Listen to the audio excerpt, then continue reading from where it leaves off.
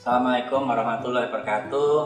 Alhamdulillah, pada kesempatan kali ini saya akan mencoba menjelaskan tentang sistem penanggulangan gawat darurat terpadu. Dalam hal ini ada 3 komponen, yaitu layanan pra rumah sakit atau sebelum ke rumah sakit, kemudian layanan selama di rumah sakit, dan layanan di antar rumah sakit atau antar fasilitas kesehatan. Dalam hal ini memang harus dipahami oleh Bapak Ibu sekalian bahwa dalam konsep layanan pra rumah sakit atau sebelum rumah sakit, maka salah satu komponen penting yang harus dipahami adalah emergency medical system ya, atau sistem penanggulangan gawat terpadu ya. Di Kemenkes lebih terkenal dengan PSC 119.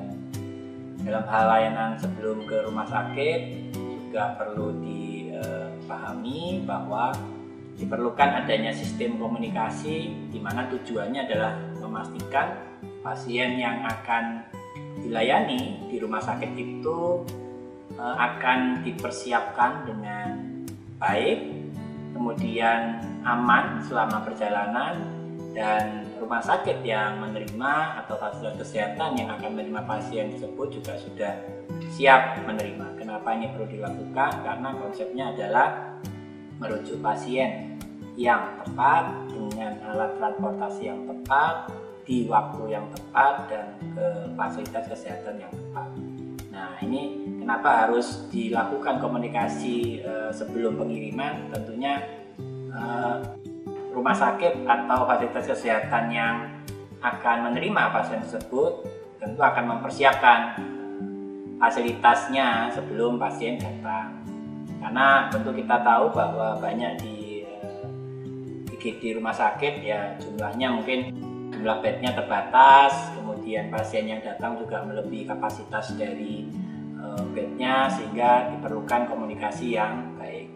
Dalam hal ini juga sebetulnya fasilitas kesehatan yang menerima rujukan juga bisa memberikan advice. Jadi misalnya Bapak Ibu sekalian mau merujuk ke rumah sakit dengan menelpon dulu, maka rumah sakit bisa memberikan advice apa yang harus dilakukan sebelum dikirim. Karena terkadang proses transportasi membutuhkan waktu yang lama ya, bisa 1 jam lebih. Nah, tentunya dalam hal ini projo memerlukan bantuan, advice, apa mungkin yang harus dilakukan sebelum merujuk dan selama di perjalanan. Jadi ini tentunya bukan bermaksud untuk mempersulit rujukan, tetapi lebih kepada memberikan keamanan dan keselamatan bagi pasien tersebut.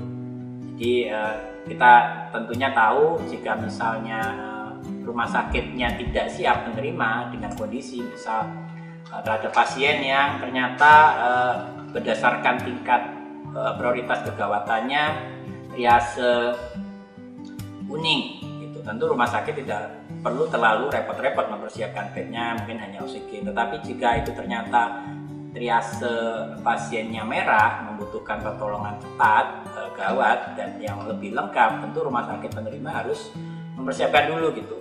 Bednya ada tidak, oksigennya ada tidak, siap atau tidak, kemudian alatnya apakah mempunyai atau tidak. Nah, ini tentunya harus dikomunikasikan sebelum pasien itu dikirim ke rumah sakit tersebut. Nah, ini jadi dalam hal ini mungkin Bapak Ibu harus memahami bahwa memang sangat penting komunikasi sebelum merujuk pasien. Tujuannya itu ya, menyelamatkan pasien, dan pasien dapat dikirim ke rumah sakit dalam kondisi aman, kemudian bisa diterima dengan baik oleh fasilitas kesehatan yang rujukan gitu ya, dan pasien dapat tertangani dengan tepat dan cepat.